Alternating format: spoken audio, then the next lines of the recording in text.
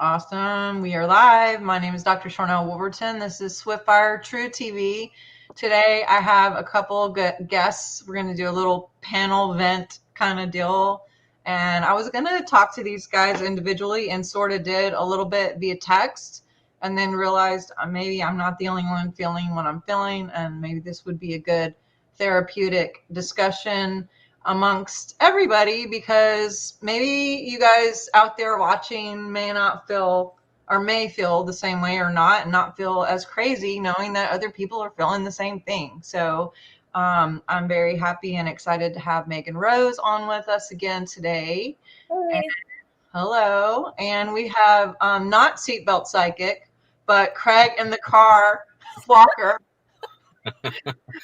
Yeah, I'm in the car. I haven't got any room in my house at the moment. So it's one of the reasons why I have to do Thursdays, because my lad's away on Thursdays. So yeah, anyway, carry on. Yes. So the topic of discussion today is hope. And is there hope? And who is hope? And honestly, this stemmed out of a few days of me feeling a little bit out of sorts. And I actually just posted something. Let me see if I can, I don't know if I could screen share, but it was a guy like sitting there holding his phone, sitting on the couch, being all excited and happy because it said JOMO, JOMO, and it stands out for the joy of missing out. Instead of FOMO, it's JOMO, the joy of missing out, feeling content with staying in and disconnecting from everybody and everything is a form of self-care. And I just thought I was alone feeling this, and I posted it, and then several people are like, oh my God, I'm feeling the same thing. I'm feeling like, what in the world is going on in the world? Here we are, 3 years in, not seeing a lot of changes, seeing some, feeling ineffective on a personal level, wondering like, why am I doing what I'm doing? Does it matter? Do I matter? Does anything matter? Is anyone going to change? Are we going to see anything happen? Like, all the stuff, as well as who's real? Is anyone real?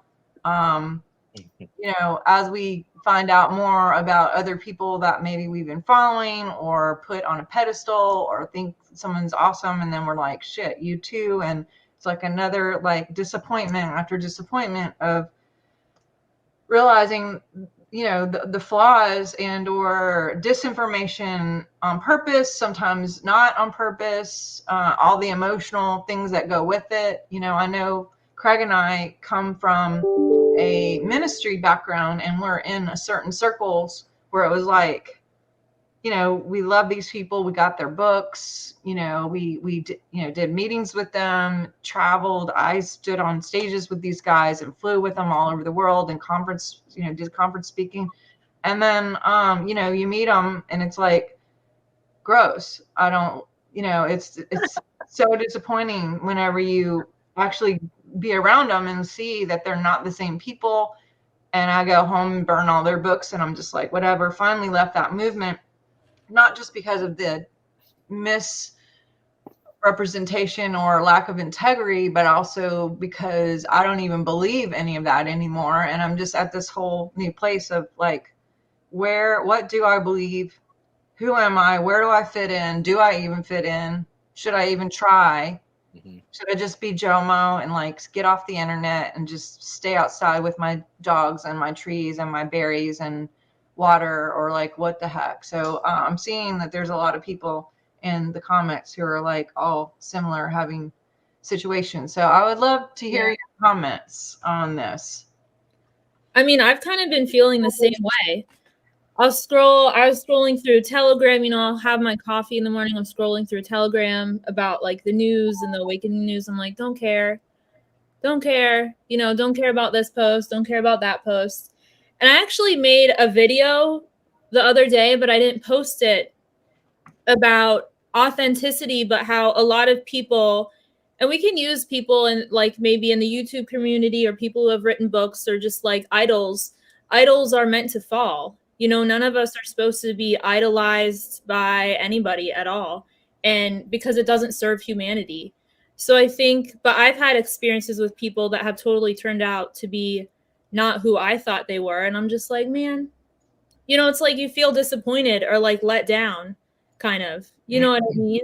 And then it's like you start from scratch. But I think that is like, I don't know. I think it's a good lesson to everyone. Like then it just like puts you in this place where you go deeper within yourself, because at the end of the day, we probably have projected who we think we are onto those people that fell. Do you see what I'm saying? So, but no one likes an ego death. I mean, it's not comfortable. And Sharnael knows, like, you texted me, Sharnael, you're like, oh, was it my scalar waves went up? And I was like, so audit, like when jumped up, what, 40 points since the last time I tested you? Yeah. And I was like, oh, it's because of all the crying. And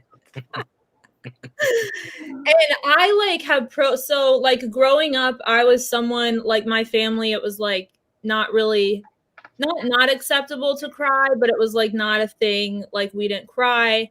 And then when I got into nursing, it was like, you know, I did critical care and I had so many patients die, and I didn't ever like, I never like really, and it horrible, like I've seen horrible stuff happen and I never really cried at all. And there was one time I can say that I cried, and it was it was like for 5 minutes. One of my patients went into cardiac arrest, and she was special needs. Oh, loved this kid. And she was younger. She was like in her 20s, but she had a mentality of like a 4-year-old. So I would always walk into her room every morning, and she loved trolls. We played with like the trolls and she liked children's music. It was cute. It was like hanging out with a kid. And that was the only time I ever cried. And so, but I've been crying a lot, and I guess it works. You know, so I've had to undo that programming for myself. Yes. Go ahead, Craig. I just zoned out then. Can you hear me okay? Yes. All right, cool. Yeah, see, it's different from a bloke's perspective, a man. You know, men don't cry. Or they, you know, they can. You know, processing. I found sort of for myself, it's I often tend to withdraw, and I just think with stuff that's going on at the moment. I mean, like you said at the beginning, Sharnael, you know, we're 3 years into this crap, and you know, and it's just one thing after another. Rush. It's now Roe versus Wade as of today. Oh, for goodness sake! Do I keep going out? Yeah. Do I keep freezing? Yes. Can you hear me? Okay. Yeah, but it is kind of okay. glitchy. Okay. Yeah. Like, is it okay? I'll just carry on. It's just one thing after another. Can you hear me? Okay. Yes. Yeah. Right now. You can hear me? Okay. I don't know what's going on. It may be because I'm outside. But yeah, it's just sometimes I'm actually pretty exhausted. I'm pretty worn out, you know, with everything that's going on. And if you're not careful, I mean, we spoke about it, Sean. I'm not afraid to use the D word, depression. You know, there are times when I'm like, I don't want to get out of bed. You know, the heaviness of everything that's going on. And it's hard to be vulnerable like this, particularly as a man. You're expected to be strong and, you know, fight for the weak, etc. Which, you know, there are times I need to sort of give myself some TLC as well, you know. And I've just felt like that recently, just like, you know, when's this going to end? You know, when can we get back to living our lives? And, you know, I want to travel. I want to come and see you guys over in the States, you know. And it's just like, yeah, just sometimes I get it's just a bit wearisome. And that's kind of what we were discussing today, wasn't it? Really? Yeah. And the other part is I made the dumb mistake of turning on the television last night. And I watched a couple shows, which I used to DVR, and whatever, judge me or not, but one of them was New Amsterdam and one's A Million Little Things. And I've been watching for a while, and but last night it was just so evident of the coding and the programming. And I had to sit and think of like what have been some of the episodes as of late. And I kind of put it all together that the main thing, the themes in both shows are reoccurrent, promoting transgenderism, the gay situation. The last night, really in your face, was a psychologist who's on New Amsterdam who had a son and a father come in for counseling because the son had went on the man's laptop and found like 20 open windows on his laptop, all having to do with the 9/11 false flag and also many other false flags that the man was researching. And the kid had come in with the dad to discuss like how to change the mind of the dad and to not thinking that this is the reality, and how, so privately the boy is explaining this to the psychologist. He's a boy, I say he's like probably 19, 20, and he's like concerned about his dad and going like, how do I get him to change this reality? Like he's so obsessed with thinking that things are false flags and things aren't real and that he's just deluded.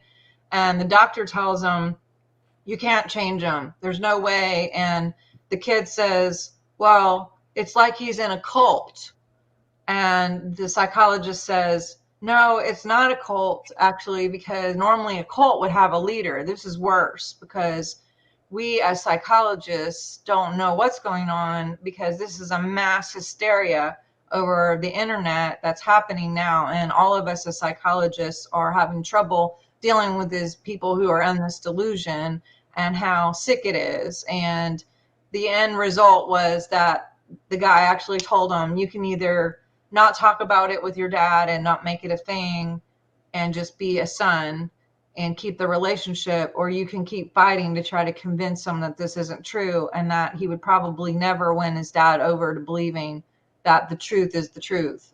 So I was just like, how in your face is this to like everybody who's asleep watching this, all coming into, I mean, they even used the word conspiracy theorists over and over again and said how they're deluded and that this is a problem on the earth. And now that there's the internet, that all these people think there's false flags and, making up shit. And I'm like, golly, like how many people are watching this, completely buying this and thinking that their family members are crazy if they're even talking about it, and how they're a lost cause and that you just give up and don't even talk to them about it, which maybe is good because maybe they won't F with everybody. But it just made me so sad. And then looking at the other scenes, because there's multiple, people on the show. And again, they got every kind of person on the show to make sure all the T's are crossed and the I's are dotted for ethic, neutrality. And they don't have a robot, but they do make sure to have a transgender everything in every episode. And how, they play with your heartstrings about like how difficult this is as this kid's problem dealing with this, and how they have rights to put this on their birth certificate, and how this is completely normal, and just trying to normalize all this stuff, which again, I have no problem with anybody doing whatever they want to do. What I don't like is the push to make it normal, and the push in the schools, and the push on the internet and the movies and the TikToks and all this stuff to like really, really code and program anybody who's watching. And even if they're like subliminally have it on while they're sleeping, this is like a code. This is all code. So what are your thoughts on this? I had noticed, because I had watched a couple episodes of This Is Us a while back, and it was not like transgenderism, but it was make sure you're wearing a mask, or did you wash your hands, or, oh, we can't have this family gathering because we're not social distancing. And it was like an underlying like energy part of the show. And it's like, why even put that in there? I mean, I'll call it what it is. It's propaganda to sway people's consciousness in a certain direction. And I'm glad you said that, because that was also another scene is they were all going to this bar, all the doctors, and they kept showing their pass when they would go into the bar. And one of the bartenders was like, I don't really care. And the guy kept saying, well, it's not coming up. It's not coming up. Sorry, I didn't mean to cut you off, but I'm just saying. Yeah. And the guy was like, what do you mean you don't care? He said that he's had 2 of these and all the boosters, and that they should care. And why aren't they checking everybody who comes in? And all the doctors would show that. And this is like live, like they're just repetitively, but anyway, thanks for bringing that up. Yeah. And I was on a plane not too long ago, and I was like, okay, I'm just going to watch. There was a remake of Sex and the City. Kind of cheesy, but I watched a lot of it like many years ago. So I was like, okay, they made a remake, like I'm bored, I'm just going to turn it on. And in the first episode, you know how, I don't know if you ever watched the show, but Carrie has her little blog on dating. Now she does a podcast and it's all about the different types of sexuality, and like it's completely changed to this, the transgender thing and everything like that. And I'm like, you know what? I just turned it off. I was like, maybe the show wasn't that good to begin with, but you just kind of ruined it for me. So I think, what I find is we spoke again today, Sharnael, didn't we? That, we didn't know each other at the time, but in 2016, we kind of had this spiritual awakening where we started to see things that we believed weren't true, and et cetera, et cetera. But the consequence of that is you begin to understand the strategies of the cabal and the dark rulers, and you don't look at the world the same anymore. So whereas one person sat next to you might go, well, people are free to be themselves, which I agree with. If somebody wants to be a 3-legged penguin, they can crack on. But don't make me have to be a part of your thing, because I'm free and I don't have to be a part of that. You can do what you want. But when you understand that these people or these entities are trying to so desperately dehumanize us, trying to remove what's human from us, and it's all leading up to the transhumanist agenda. So kids today don't know what gender they are, which one of the 57 genders they are, etc., or however many there are nowadays. And it's just so confusing. They have no sense of identity. And I think if there's a message for the hour, it's know who you are. Be grounded in this body, be grounded on this planet for the time we're here. Be who you really are. Now, if somebody's having I don't want to say an issue, because I think we should be compassionate. If someone is having a gender confusion issue, we should be compassionate. We should love them regardless. It doesn't make me devalue them in any way, shape or form. But when you see the agenda and you see it at play, when you're watching programs like Sex and the City, and it's everywhere, it's bang, bang, bang. I mean, I was talking to I've got a 14-year-old daughter, and she's had, a few issues recently. And she's just bombarded with things just like this, just all over the place. It's everywhere. It's in music. It's on, shows that she watches, like you were saying, and it's really confusing kids, Yeah. And I just think, as a parent and just as adults, knowing that what they're doing, and like you said at the beginning, Sharnael, feeling somewhat powerless to do anything about it other than just get online and have a good rant about it, and hope that we can just give people the courage to speak out about it. Never lose your love, never lose your compassion, but stand for the truth, regardless. So yeah, that's where I'm at. Yeah, the confusion, like, it opens a door for negative entities to come through. Yeah. So it's big, like, and they do it, they're like, if you trace all this back to basically Satanism and their whole agenda, the causing confusion in children and ungrounding them, it opens a doorway for them to cast their spells, control the masses, and that kind of thing. So they're really going after the children and attacking the children, and that, like, I'm not cool with at all. Not cool. No, and honestly, they did this to us as kids, and a different version, and maybe a little softer. It seems like they're getting more aggressive and finding more ways of even bringing all the TikTok influencers to Washington to talk about why gas went way up because of Russia, and like explaining all these things, and them thinking, oh my God, I'm in DC and these guys are paying attention to me, and now they see me as a leader, and now it's my duty to go tell all my TikTok audiences like the truth, and blah blah blah. And so yeah, there's so many more gateways to bring information, and it's so easily, we can just get it on our phone now, where before I doubt you guys had this, but we had TV a certain time and then it would cut off at midnight, and only cartoons. I'm a bit young for that. Yes.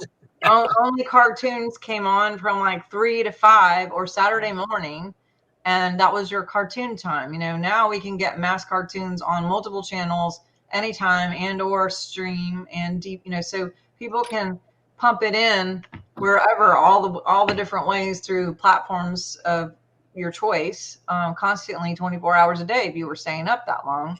But getting to, Greg said, I hope we get to the hope part soon. So, fair point. It is a fair point. First of all, Greg, I said hope with a question mark. I didn't say we would bring on the hope, because honestly, this is a discussion for me to find my own little sense of clarity right now as well. But I will say this. I woke up, I've been in a funk for a few days, just being honest, and a lot, for different reasons. And, but this morning I had a consultation, and somebody that I've just met, we had a Zoom and we did our soul audit, and she came back at 350, which I literally cried. I cried more in the soul audit with her than probably she did, just because I see so many people that aren't anywhere close to those numbers, that I literally was like, oh my God, I just felt relief in my body that there was someone else doing the work and actually giving the care and taking time to even find out where they are, and to know, to do what's ever necessary to stay, and to stay in their courage. And I was talking to Megan earlier and telling her how that actually, I cried. I was embarrassed. I was like, oh my God, I'm so sorry I'm crying. But I just look at your reports and I'm like going, this is making me have so much hope. I needed to see this today, to this woman I was talking to, and I was telling Megan this, and she asked me, do you see a lot of people under 200? 200 would be courage. And do you see people in the 50s and the 20s? And to be honest, I don't really see people with low numbers unless someone has like encouraged them to get the test without them wanting to, because most people under 200 don't even think to have any kind of idea about being tested or wanting to do better in their life, because they're so self-absorbed in whatever they're doing, and whatever their pain is, or whatever their addictions are, or whatever their survival thing is, that their actual biofield is inverted and or maybe an inch big, and cannot generate their own energy and rely on other people to feed off of their field to even allow them to exist, mentally, spiritually, emotionally. And so, usually I see people that come to me at least 200, but this woman who came today was 350. And I was just like, please, dear God, thank you so much. And please keep doing what you're doing. And what are you doing? And asking this lady, tell me what you're doing. I would like to know what you're doing, because whatever that is, it's great. And she told me a few things about how she just walked off a job where it was low energy, and she's been doing a lot of meditation and doing a lot of essential oils and using crystals and just kind of hanging out with her dog in nature. And, so, but yeah, any comments? Yeah, I think like letting go of stuff that doesn't serve you helps. But I've definitely felt like that, like the past 2 weeks. I'm like, what the F is going on here? Like, what am I even doing here? Am I even helping people? Am I making that big of a difference? Because, I think like I try and come from a place of love a lot, but, sometimes the world beats you down. And, I yell at my friends up there. I'm like, F this is bullshit. But at the end of the day, like, I know I chose to come here, but what helps me is like helping other people. Like, I've noticed that. And I'm trying to think, like, I was thinking about this. I don't know why I'm like reminiscing on like my nursing career, but I don't know why. I'm just going to tell this story, but this was like something, a situation that I had absolutely no control over.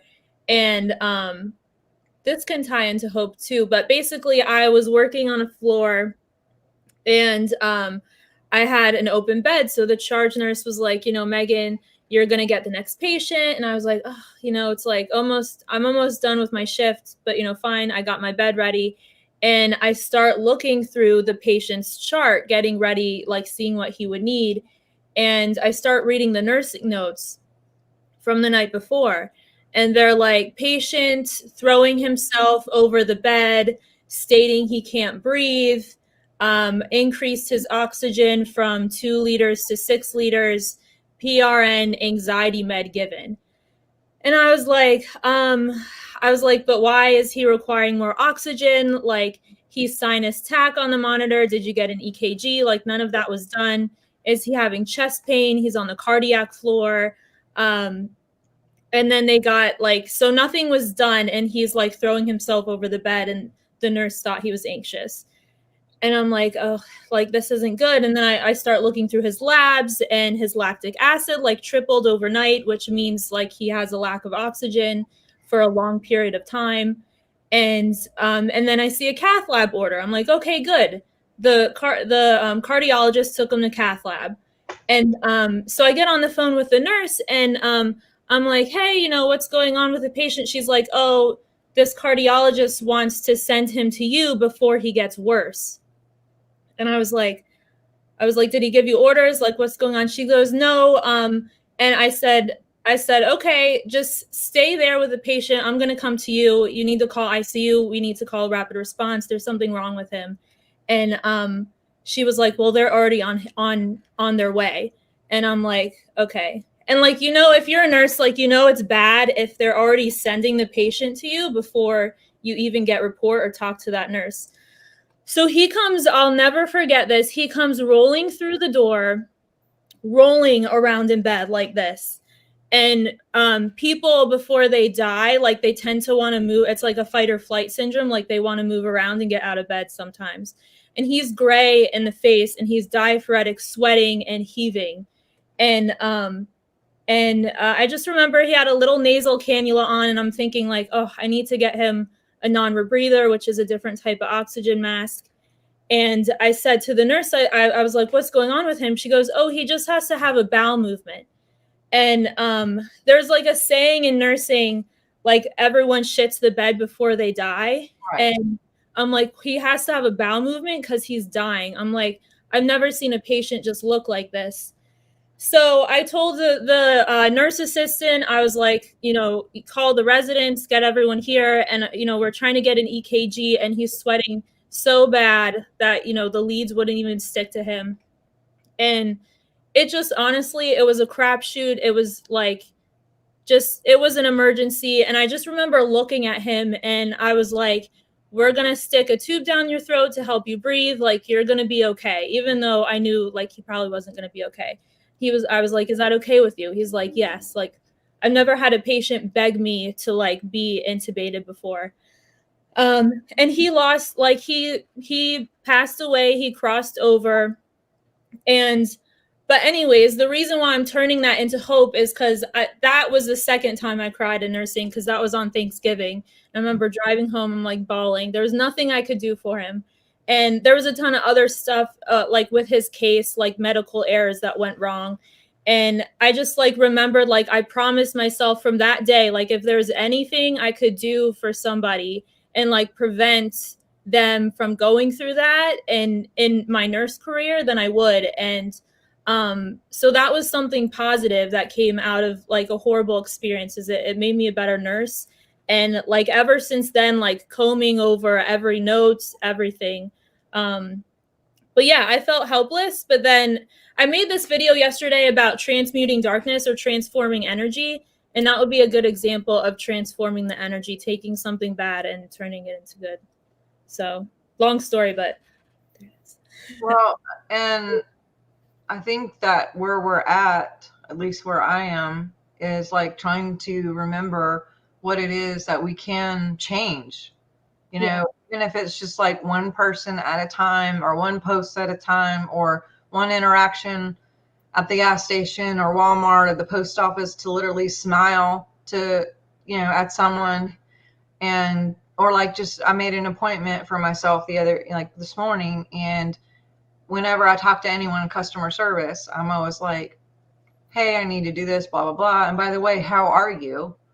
And people are always like so shocked that you're asking how they are, and they even say sometimes like, you know what, no one ever asked me that, thank you. And you know, just like, because I have to remember, like, so many people are going through their version of whatever they're going through, whether I'm going through my thing with my dad's stuff and health stuff and kids stuff, and you know, but everybody that you pass by in a car is in the car dealing with whatever's going on in their head and their family and their circles.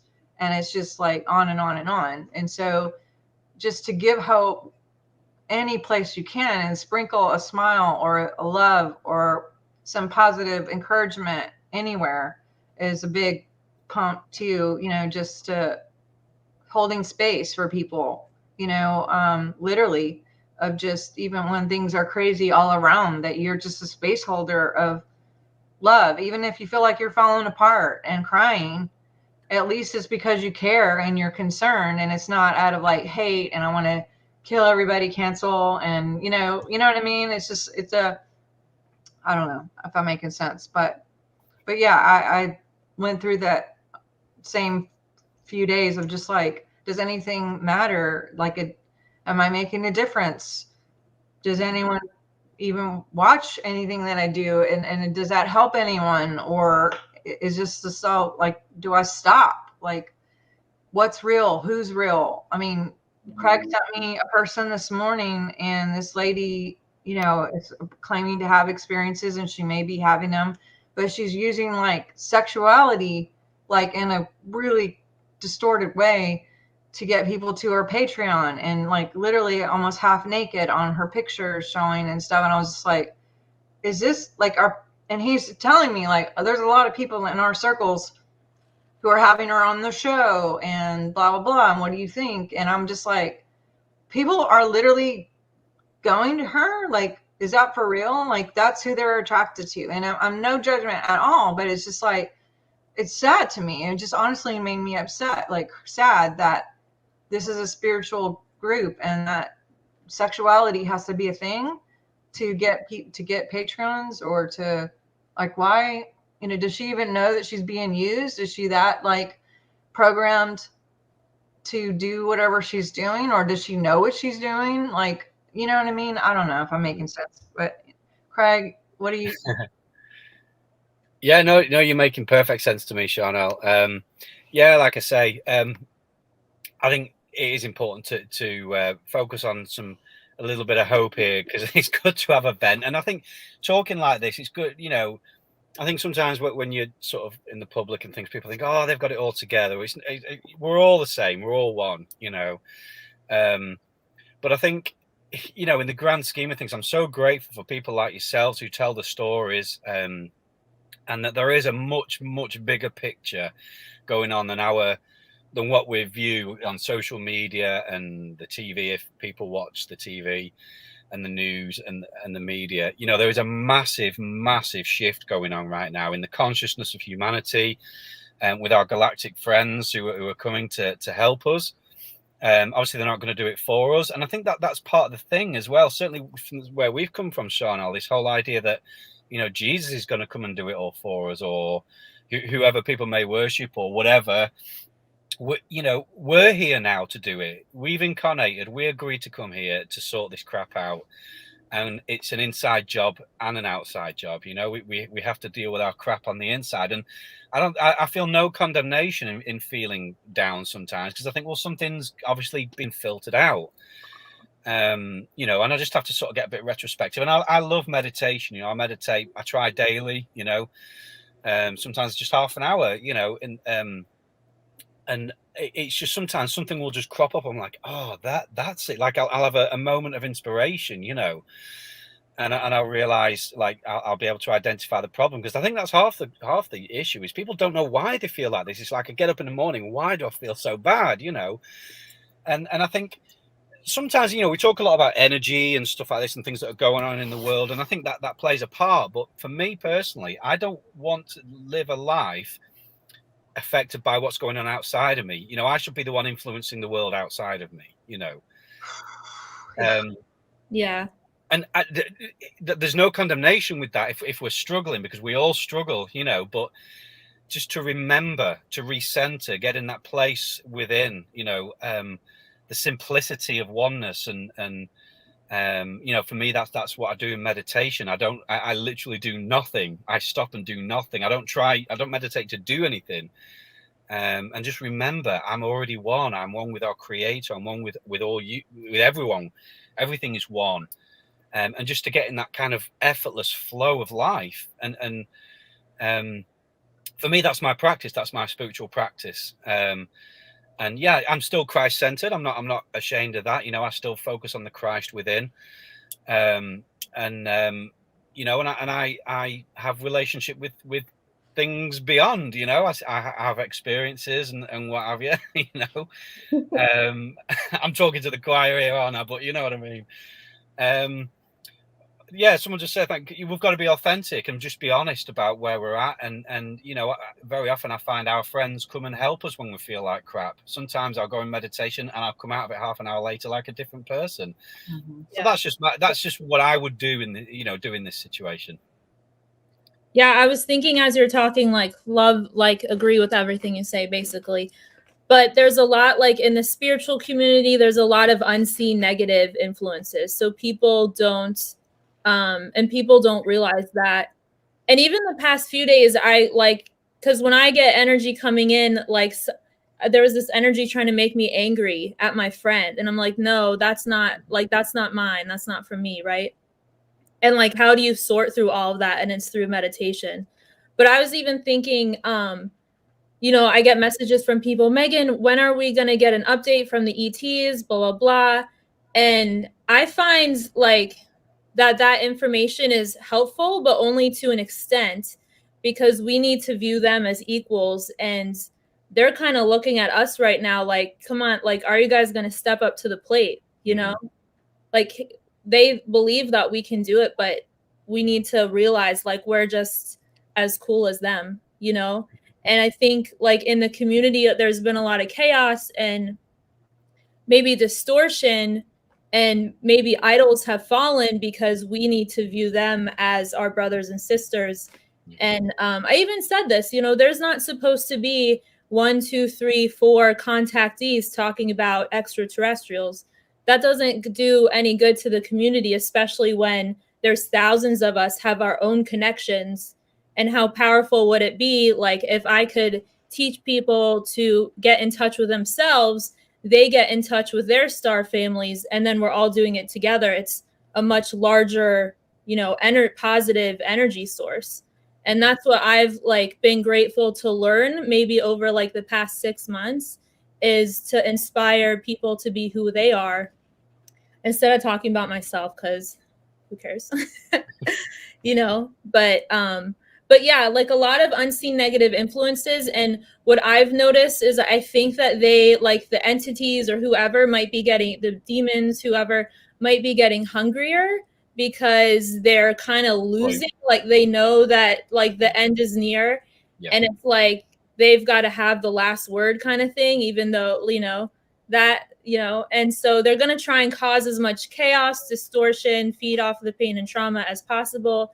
And yeah, and they're very like, it's a strong energy. So if you're meditating and you connect to something that feels very powerful, it might not be like from a positive source, because the demonic energy can feel just as powerful as like a lot of like the spiritual higher energies. It's more subtle, and they'll try and influence you more subtly, if that makes sense. That helps. Yeah, and it makes me wonder, you guys bringing this up, is like how much of this is actually me really feeling depressed or sad or apathy or just like, why, you know, versus is this like a collective thing that's been sent out that I'm just picking up on like what everybody's thinking and feeling, and that I may not be the only one. And it looks like, looking at the comments here, there's a lot of people who are in the same boat, and or also, I do appreciate the beautiful comments of just the encouragement to all of us here doing this. And we send all love and encouragement back to you guys as well, because just like I did this soul audit with this lady this morning and had a good cry, maybe that cry and just discussing was what let out the depression. Because when we depress, suppress, oppress, then that just stores on the body over time, and there's no outlet, so it can build up.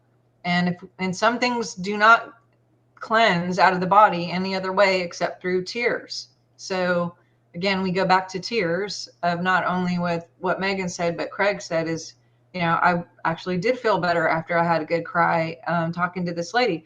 And it was relief tears for me in this situation. I didn't cry. I should cry, and or I have cried about like, oh my God, the mass amount of infiltration and all these platforms, and just the amount of lies, and the layers of lies, and the propaganda for religion and ministry, and even in the spiritual communities. And the new age was actually set up by 3 letters. And so all this stuff, we know music and all the Hollywood or Holywood, all of those things have been infiltrated. And so it's just a matter of finding a positive perspective and taking the dark energies, like Megan said, and saying like, well, what can I learn out of this? How can I shift this? What's my role? What's our responsibility? And you guys watching might have a different responsibility than any of us, and you are responsible to different people than any of us. That's the beauty of us all being diverse and on purpose put in different places, so we can be effective, hopefully, in all the realms that we each walk in, and touch everybody with love, and including ourselves. So there's a lot of people saying that they're crying and detoxing, and yes, it is. It has felt a little heavy, but I know April in general was a huge solar flare storm, highest records ever recorded on the earth, and not just one, but multiple storms. And maybe that's what bumped us all up. Maybe we're bumping up because what happens with the solar flare is it basically goes right into the DNA, and it spikes anything that needs to come up to be healed. And when it hits that spike and it comes up, we can either be responsive or we can be reactive. I'm using medical terms again, because you take a medicine and you either have a reaction, which would be negative, and or a response, which would be considered positive. So we can be hit with these energies, and we can react and just feel crazy and be, yelling at people and not be in a good place. Or we can stand back and go, okay, what is it that's going on? And ask yourself some questions. And is this me? Is this everybody? What's happening? Is this external? Is this internal? Is it all of it? And just processing and allowing the integration to help, to pinpoint whatever needs to be healed in that minute. And ask yourself, like, when's the first time I felt this? And then go there and feel it out, literally cry it out, do whatever is required to move it out. Because every time we have those spikes and things surface, is an opportunity to own it and feel it, and literally feel the hell out of it. And then there's a new pocket or space for God to come reside, or for love, who is God, to reside. And so as we continue to move, we can make more space for God in us and in our DNA. I was thinking, like our first live we did together, Sharnael, we wanted to be in the 1000 Club. Yes, I'm still about it. We are. I'm still solar flares later, almost there.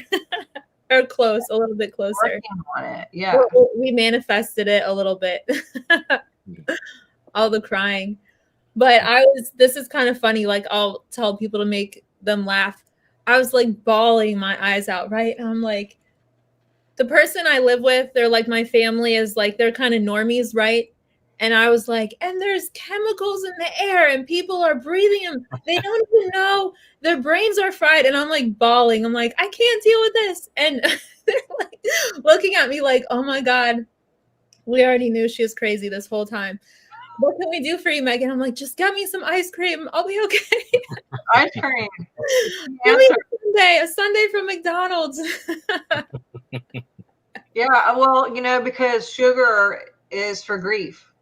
And when you're craving sugar, there's a grief issue. And it could also be fungus and parasites, but that's a physical side. But grief always has to do with lungs. And what we do is we go through whatever sugar that we take, and it changes the chemistry in our brain to get that high. And so a lot of times we'll go and do whatever just subconsciously to try to like make it better, you know. But as long as it's not too much, and as long as it's not synthetic sugar, it's not a bad thing to do, to have a little sugar every now and then. It served a purpose. It's okay. Chrissy's bringing up sun gazing. That's a good one, Chrissy. Thank you for bringing that up. I was actually thinking about that this morning, how coding in the light, and I felt that intuition to go outside and sun gaze, and guess what? I didn't do it. So thanks for the reminder. It's just a little push to do it in the morning. Yes. Craig, you want to go into the sexuality situation that we were talking about this morning? It's a big one. It's a big one. I don't know. It's just, you know, obviously, I just messaged you, didn't I? Because there's this. Again, I'm not naming names because I mean they're free to be whoever they want to be. But it's just, I was kind of brought it to you because I'm thinking, am I being old-fashioned? You know, just this person using sexuality to entice people into a paid Patreon page, and there's a person pretty prominent in this community, you know, and I'm just like, you know, like this, something went off in me. I was like, this can't be right, and I messaged you thinking, am I in the wrong here? Like, am I old? Yeah, am I old-fashioned here? You know, yeah. And you said no, you're not, and I just think, I don't know. Is there a sexuality or an over sexuality issue in this community? You know, I know, you know, we're free to be expressive, blah, blah, blah, all that kind of stuff, and freedom and love. But I just feel that the sexuality in itself is somewhat distorted and abused, dare I say. You know, it's a beautiful thing, don't get me wrong. It's one of our, a massive part of who we are. But I don't know. I mean, I'd love to know your guys' thoughts, because I don't want to come across as some sort of mental conservative, you know. But I'm just like, you know, for me, it's a private thing, you know. I wouldn't. It's not something I'm overt with, you know. But you know, what do you guys think as ladies? I actually sent it to Megan after you sent it to me, and was like, "Do you have any idea about this person?" Blah blah. Blah. And she didn't. And not that I was trying to like stir up anything, but I honestly was curious, like, what in the world is this about? Because I had not been, I guess I missed out on seeing this, but maybe it's good. It's more that JOMO, like, or joy of missing out. I'm glad I missed that one, you know. Yeah. Well, I mean, I was following this. Sorry, Megan. I was following this person just out of interest, because I've seen them on a few things, and you know, interesting perspective. So, you know, I follow them a lot. And then I was just sort of like hit with this, like, let me just say this, as a man, it feels manipulative. You know, I feel manipulated because, yeah, I'm a red-blooded male. You know what I mean? And I feel like there's this pull, and it's like, I don't want to feel that. I don't want to feel enticed. I don't want to feel, you know, we're here for more than that. You know what I mean? Sorry, Megan, what were you going to say? I was just going to say a lot of the human sexuality is like reptilian programming, because they feed off of our sexual energy. So they've like through porn and like other ways, like basically found ways to siphon our sexuality. And it's like not in alignment with our soul, which is probably like the basis of like the basis of problems in a lot of our relationships or love relationships is the sex programming. Like, you know, dirty talk, or like a lot of those rap songs, which sometimes I listen to because they're fun to dance to, but but stuff that they talk about in rap and stuff like that is like a reptilian programming. And what it does is it separates you from your soul, the sexuality from the soul. And like in different planets or in higher dimensions, they have sex with the soul, mind, body, and soul, and that's how they reach source, and where the creativity of the man and the woman comes from. And so they basically here on planet Earth have hijacked that entire thing, and now it's used for manipulation and to create basically the upside down world. So I don't know. I don't like it. Helen, thank you for your comments. I think I don't think I know exactly sex magic. That's what it is. And I was looking for the term, and she just nailed it. And Yeah. that is something that has been used since probably before World War II, and they're still using it, but now just on a mass platform.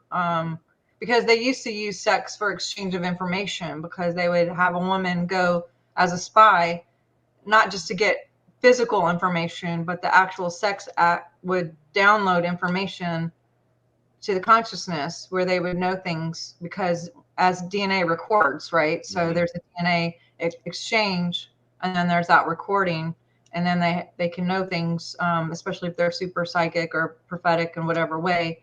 But yeah, so they would send in men, women, whatever the situation is, to have the sex to get the information. Whereas now, there's so many ways to do this on different platforms that it can be easily done, and even remote, which is pretty freaking crazy, but it's happening. So what is the counter of that?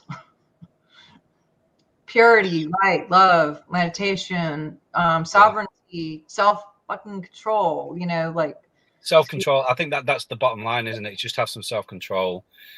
You know, just because you desire something doesn't mean you have to go and fulfill that desire at the nearest opportunity. You know, I think, you know, sacred sexuality needs to be a huge topic of discussion, because it is a sacred thing. You know, it's an exchange, like you just said, and it's a beautiful thing, but it's been so misused and abused and corrupted. I mean, everything is sexualized. I mean, Marxism, you know, Karl Marx said, one of his philosophies was get kids interested in sex, because then they'll be interested in nothing else, so they can be literally doing what they want. But as long as kids are getting sex or whatever, then they're happy, you know. And it is a strategy to keep people distracted, and so everything is overly sexualized. And I think it's infiltrated this community, if I'm brutally honest. I think it's sad to see. And again, I don't want to sound old-fashioned, because I think if someone is expressing themselves, I don't want to squash someone expressing themselves, but at the same time, let's keep it pure. You know, is that too much? Is that old-fashioned? Please tell me if it is. I don't think so. I don't think so. Yeah, this is a good topic, because this is basically how they've hijacked our creative manifesting abilities. Right through the root chakra the whole time. yeah. Well, the sacral chakra is our manifestation capacity, isn't it? Yeah, exactly. So I don't know. I just know that I don't know how to fix it.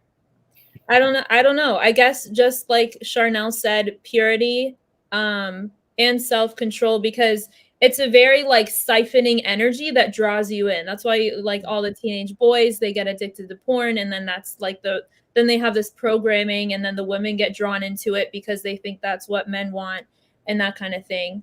And yeah, it's just distorted.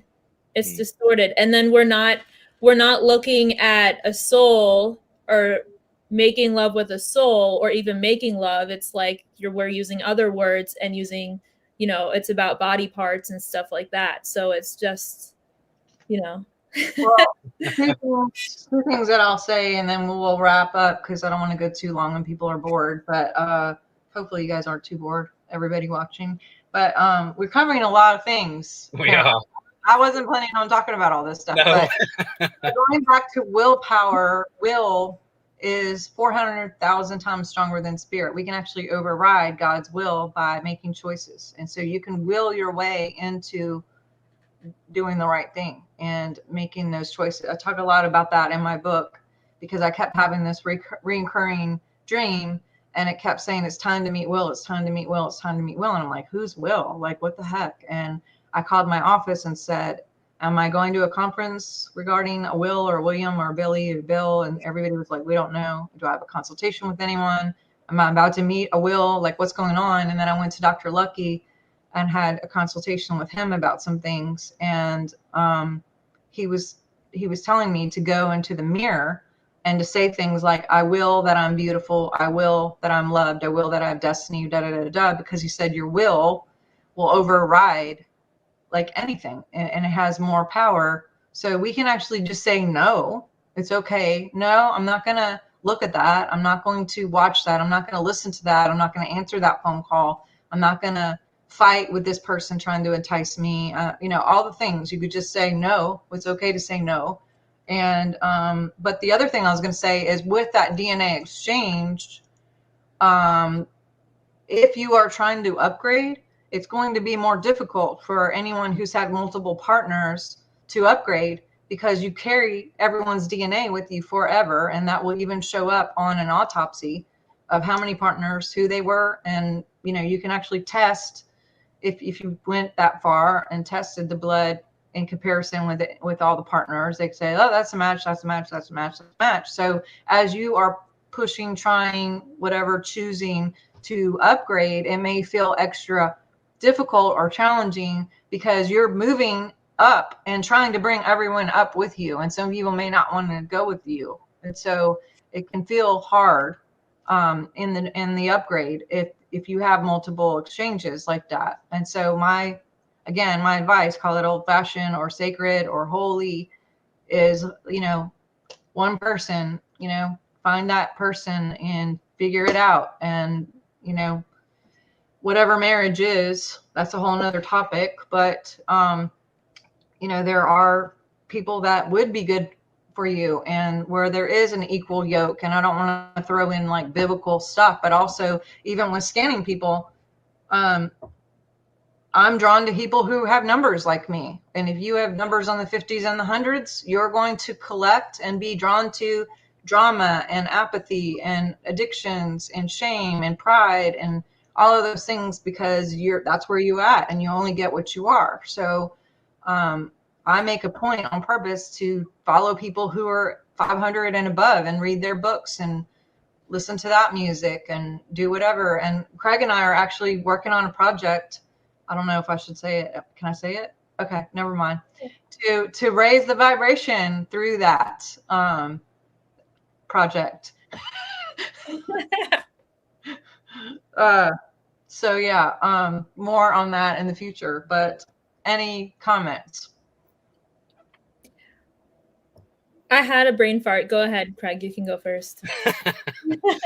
I think we've hit the nail on the head on that one. I mean, in religious world, it's said, you don't get with someone until you're married to them. Well, I think the way I view things now is that you become married to them when you unite sexually.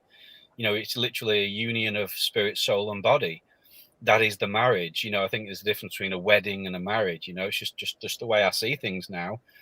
Because I think, as you sort of see things less physical, more spiritual, high dimensional, that, you begin to see things differently. And, honestly, that's what I'll teach my kids, and just that, that you are forever with that person, and hopefully put them off. But we've all got a free will, like you say. We've all got choices to make, and people make mistakes. It happens. I think that there is grace and that there is love available. But I don't really have much more on that to say, really. Yeah, well, I was gonna say, like, on on and off planet, like humanoid ETs are divine masculine, divine feminine, male, female, sacred union, and sacred sexuality, just as you said. So I don't know how we're going to get there, but like marriage on a different planet is when you unite sexually and then reach source together. So I know that's like where our planet is headed, how to teach the masses that that's what it's supposed to be. Not necessarily supposed to be, but that's what's in service to basically source, or in service to humanity, is uniting in that way. I don't know. I guess having conversations like this will help, you know? Absolutely. Well, I appreciate everybody's amazing input here, and thank you for contributing. I love hearing what everyone else is thinking and feeling, and for you guys to share and take time out of your day just to have this discussion and to see if anyone is where we're at, or if we're just like cuckoo for Cocoa Puffs where we are, and maybe it's just three of us, but it seems like there's a couple other people who are kind of where we're at, and so it does make me feel a little less crazy. Yeah. Dennis is saying no. Yes, Craig, marriage is not a piece of paper. That's true. So I just love all of you guys watching and appreciate you so much, and hopefully this was helpful in some way, and hopefully you will tag and share this and get it out. You know, who knows who's out there just feeling like down and not understanding why, and maybe feeling the same way and looking for hope. And maybe everything that we said wasn't super hopeful, but I like to kind of reverse engineer like where we are, and then kind of go backwards to see like where we are and where we are now and how we can fix it. And I think the end game of what everyone said here is basically grounding, getting outside, having, you know, seeing the sunlight, you know, taking a bath with Epsom salts, or sleeping, or crying, or just whatever the thing is that helps you, supports you and your situation. And also talking and just saying like, hey, you know, this is what I'm feeling, and owning it, and finding a good source to be able to have that exchange without in a secure, safe place, without, you know, without shame or judgment. And so I think we've done that here today, and maybe there's other people who don't want to feel crazy, and maybe they can feel a little bit relief and knowing that they're not alone in what they're feeling today. So I hope you guys will share this and get it out there. Yes, there's people who are thinking like us. We're not the only ones. Please do another video soon. Hurry up. But yes, take your time. There's other people sharing. Any final words before we pop off here today? I just feel like encouraging everyone to stand united and keep fighting the good fight. And, you know, we're all in the same team humanity, and it takes a village. You know, we can't like change the planet, just us three up here, like everyone watching, everyone that this will touch, you know, speak your truth, stand your ground, that kind of thing. Yeah. I couldn't agree more. I just think get over this idea that someone's coming to sort it out for us. You know, we're here now, and we've chose to be here for this time, this purpose, to sort this mess out. And I think we will. I think we're in good hands. I think we are good hands. And it's as we do the inner work, it will create an external effect. And if you think about it, how many people are watching this show? If we all do that inner work, we vibrate high, and we will affect the planet in ways that we may not be aware of. But just keep going. And I think that's a good message. You know, we've been feeling like rubbish, but you just got to keep going. Like you say, some strength of character, grit your teeth, and as the saying is, when you're going through hell, don't stop. You know, just keep going. Yeah. And hey, Willow, what's up? I like your hair too, Megan. All right, Craig, that was good. And thank you, Megan. I love your input. And I know that I feel better, even if it's just for me. Is that terrible that I feel better? But it's good. It's all good. Awesome. Well, I know Megan's going to go ride, right? Yes. Hopefully it's the rain. Craig is probably going to sleep in the UK. Yeah, pretty much. It's getting late here now. And I have another couple consultations, and then I have kittens to feed. So there's that. But love That'll to help your vibration. yes, love all of y'all. Go to swiftfire.org and get on the newsletter. Trying to think if there's anything else. If you guys are interested in anything regarding soul audits or bioscans, I have like 3 spots left in May, which we're already in May. That's crazy. But yes, so go to swiftfire.org, share this. And our next show is Thursday. Craig and I are going to have Dan Willis on, and we're discussing the technology of crystals, the actual science of it. We're going to have a panel. It's going to be a deep one. And he actually studied under Marcel Vogel. So I'm really excited to see what input he has from Marcel and just his own experiences and his own experiments. He's got tons of data regarding crystals and crystal use on the science side, not just on the, this is a cute crystal kind of deal, but actual real science. So that'll be Thursday at noon. So check that out. Definitely go to Megan's channel and check her out. And do you have a website, Megan?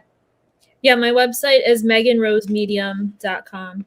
And then I'm also on Patreon. I do live readings on Patreon too. So Megan Rose Medium. Yeah. And Craig, you have a crystal shop and an online store. Yeah, crystalfalls.co.uk. Go and check it out. I'm also in a band, nthascension.com. Check us out on Facebook as well if that's your thing. And I'm on Facebook, Craig Martin Walker. Come and say hello, and don't be a troll. All right, guys. Love you guys. Talk soon. Nice. Speak soon. All right. Bye.